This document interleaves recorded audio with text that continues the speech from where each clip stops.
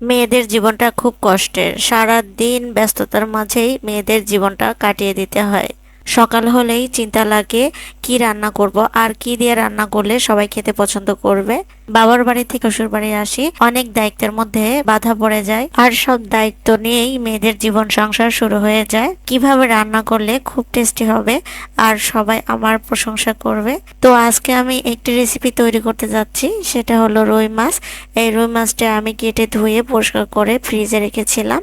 সেটাকে এখন আমি পানি দিয়ে ঠান্ডা করে ছাড়িয়ে নিচ্ছি।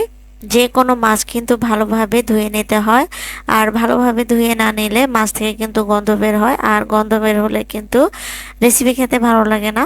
মাছটি আমি ধুয়ে পরিষ্কার করে একটি বাটিতে মাছগুলো নিয়ে নিয়েছি। এখন মাছে দিয়ে দিচ্ছি সামান্য লবণ আর হলুদের গুঁড়া। আর এই হলুদ আর লবণের গুঁড়া দিয়ে মাখিয়ে রাখলে মাছের যে কাঁচা গন্ধ সেটা দূর হয়ে যাবে আর মাছটিও ভালো থাকবে। আমার আলুগুলো ছোট হওয়ার কারণে আমি এরকম গোল করে আলুটা কেটে নিয়েছি। অনেকে ডুম করে কেটে নেয় বা চার ফালি করে কেটে নেয়। এখন মাছটিকে রান্না করার জন্য আমি প্যানে পরিমাণ মতো তেল দিয়ে দিচ্ছি। তবে আমার এই ভিডিওটি দেখার আগে আমার ইউটিউব চ্যানেল থেকে দেখে থাকলে অবশ্যই সাবস্ক্রাইব করে দিবেন, আর ফেসবুক পেজ থেকে দেখে থাকলে অবশ্যই ফলো দিয়ে লাইক করে দিয়ে যাবেন। প্যানে তেলটি হিট হয়ে আসলে মাছগুলো দিয়ে দিচ্ছি, আর মাছগুলো এখন একটা একটা করে ভেজে নিব। মাছ যদি ভেজে নেওয়া হয় তাহলে খেতে কিন্তু খুবই মজা হয়। এই মাছটি ভেজে না নিয়ে যদি কষিয়ে রান্না করে খান তবুও ভালো লাগবে।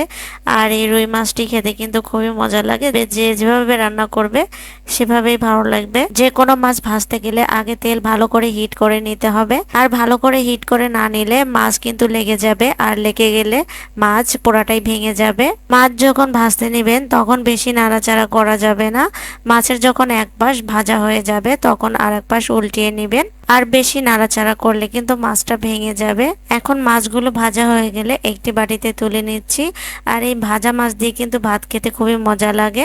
এই রুই মাছের মাথাটি বড় হয়, আর একটু সময় ভালোভাবে ভেজে নিচ্ছি। আর যে কাটা আলুগুলো ছিল সেগুলোকে আমি তেলে ভেজে নিব।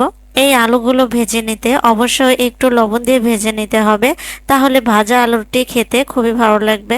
আমরা অনেক সময় রান্নায় কম সময় দেবার জন্য আলুগুলো ভেজে না নিয়ে কষিয়ে নেই, যাতে রান্নায় সময়টা কম লাগে। আলুগুলো ভাজা হয়ে গেলে এখন আমি তুলে নিচ্ছি।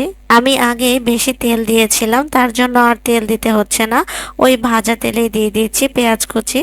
আমরা তো সব সময় বাটা মশলা দিয়ে কষিয়ে মাছ তরকারি রান্না করে থাকি। আর এই পেঁয়াজটা যে ভেজে নিলাম, এই পেঁয়াজটা কিন্তু আমি জিরার সাথে আলাদাভাবে ভেজে নিব। আর যখন রান্না শেষের দিকে হবে তখন কিন্তু এই বাটা মশলাটা আমি দিয়ে দিব। তখন কিন্তু এই মাছ রান্নাটি খেতে খুবই মজা লাগে। যারা এইটা জানেন না তারা কিন্তু একবার ট্রাই করে দেখতে পারেন। আর এই বাটা মশলা দিলে কতটা টেস্টি হয় একবার খেয়ে দেখতে পারেন। এখন দিয়ে দিচ্ছি জিরা বাটা, পেঁয়াজ বাটা, আদা বাটা আর কাঁচামরিচ। সব বাটা মশলাগুলো দিয়ে দিচ্ছি। এখন বাটা মশলাগুলো তেলে ভেজে কষিয়ে নেব, যাতে বাটা মশলার কাঁচা গন্ধটা না থাকে। এরপর সামান্য একটু পানি দিয়ে হলুদের গুঁড়া, মরিচের গুঁড়া, ধনিয়ার গুঁড়া আর পরিমাণ মতো লবণ দিয়ে দিচ্ছি। পরে যদি লবণ লাগে সেজন্য রেখে দিচ্ছি। ভালোভাবে কষিয়ে নিলে দেখবেন কষানো মশলা থেকে তেল ছেড়ে আসবে, আর তখনই আমি মাছগুলো দিয়ে দিচ্ছি। মাছগুলো যেহেতু আমি আগেই ভেজে নিয়েছিলাম তার জন্য 2-4 মিনিট একটুখানি কষিয়ে ভাজা আলুগুলো মাছের মধ্যে দিয়ে দিচ্ছি। যে কোনো রান্না ভালোভাবে তৈরি করলে আর দেখতে যদি খুবই সুন্দর হয় তাহলে কিন্তু খেতে খুবই লোভ জাগবে। এখন মাছগুলো ভালোভাবে কষানো হয়ে গেলে ঝোলের জন্য পরিমাণ মতো পানি দিয়ে দিচ্ছি।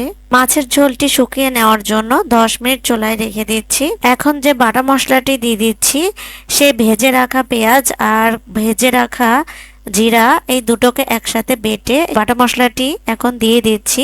আর এই বাটা মশলাটি দিলে কিন্তু এই তরকারির স্বাদকে অনেক গুণে বাড়িয়ে তোলে। এই বাটা মশলাটি দিতে হবে ঝোল কমিয়ে যাওয়ার পরে।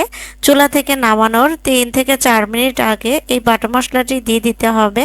আর চুলা থেকে নামানোর আগে তরকারিতে লবণ ঠিকঠাক হয়েছে কিনা চেক করে নিতে হবে। এভাবে রান্না করে নিলে খেতে খুবই মজা লাগবে। আমার এই ভিডিওটি যারা দেখেছেন তাদেরকে অসংখ্য ধন্যবাদ। আবারও বলছি, আমার ইউটিউব চ্যানেল থেকে দেখে থাকলে অবশ্যই সাবস্ক্রাইব করে দিবেন, আর ফেসবুক পেজ থেকে দেখে থাকলে অবশ্যই ফলো দিয়ে লাইক করে যাবেন। তো সবাই সুস্থ থাকবেন, ভালো থাকবেন। আজকের মতো বিদায় নিচ্ছি। আল্লাহ হাফেজ।